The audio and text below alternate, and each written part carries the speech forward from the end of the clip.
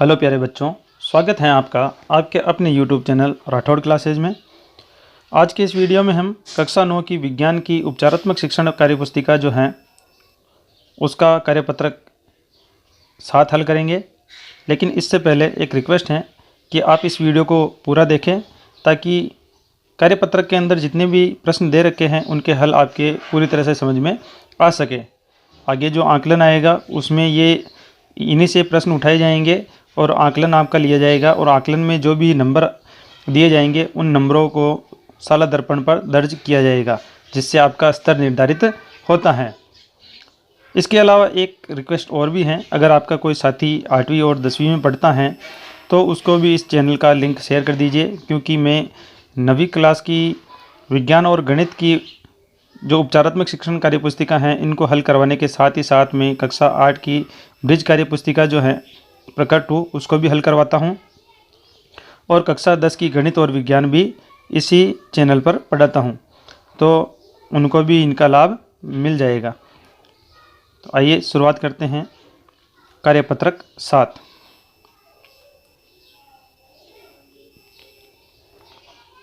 कार्यपत्रक 7 जो है उसकी विषय वस्तु है जीवन की मूलभूत इकाई, जो पिछले वाले कार्यपत्रक में भी यही विषय वस्तु थी और यही चली आ रही हैं।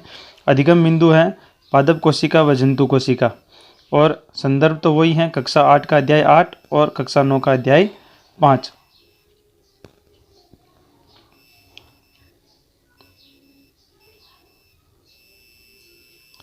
आइए पहला प्रश्न देखते हैं।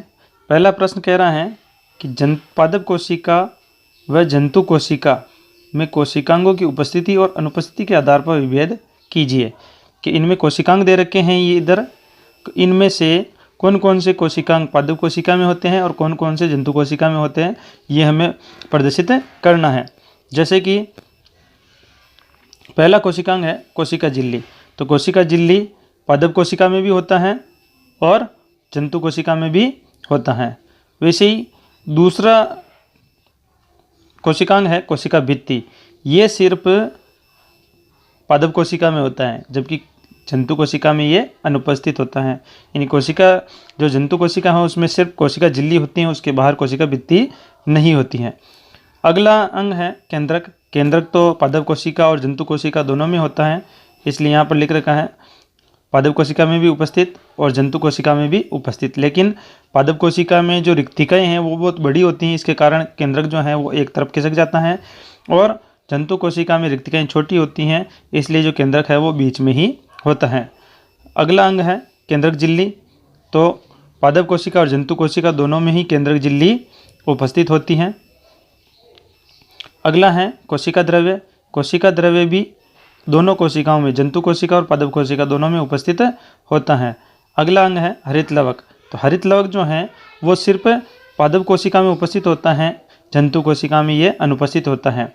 हरित लवक जो है प्रकाश संश्लेषण का काम करता है, तो जंतु कोशिकाएं प्रकाश संश्लेषण में भाग नहीं लेती हैं, केवल पादप कोशिकाएं भाग लेती हैं, उनके अंदर हरित लवक पाए जाते हैं।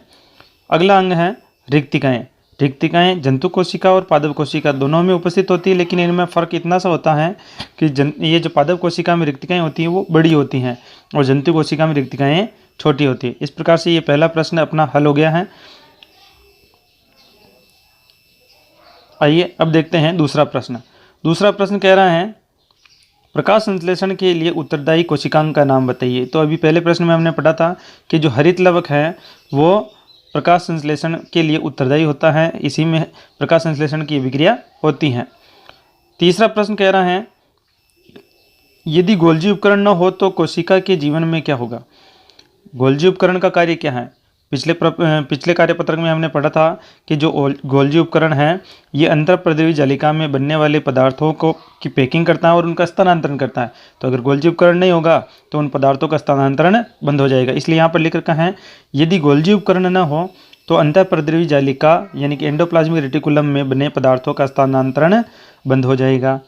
अगला प्रश्न कह रहा है चौथा कि ल्यूकोप्लास्ट का प्राथमिक कार्य क्या है।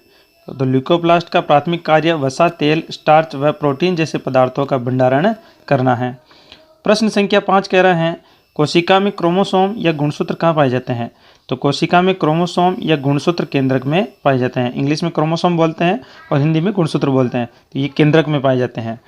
छठा प्रश्न है, पर्ण की कोशिकाओं में हरा रंग किस वर्णक के कारण होता है? पर्ण की कोशिकाओं में हरा रंग क्लोरोफिल के कारण होता है।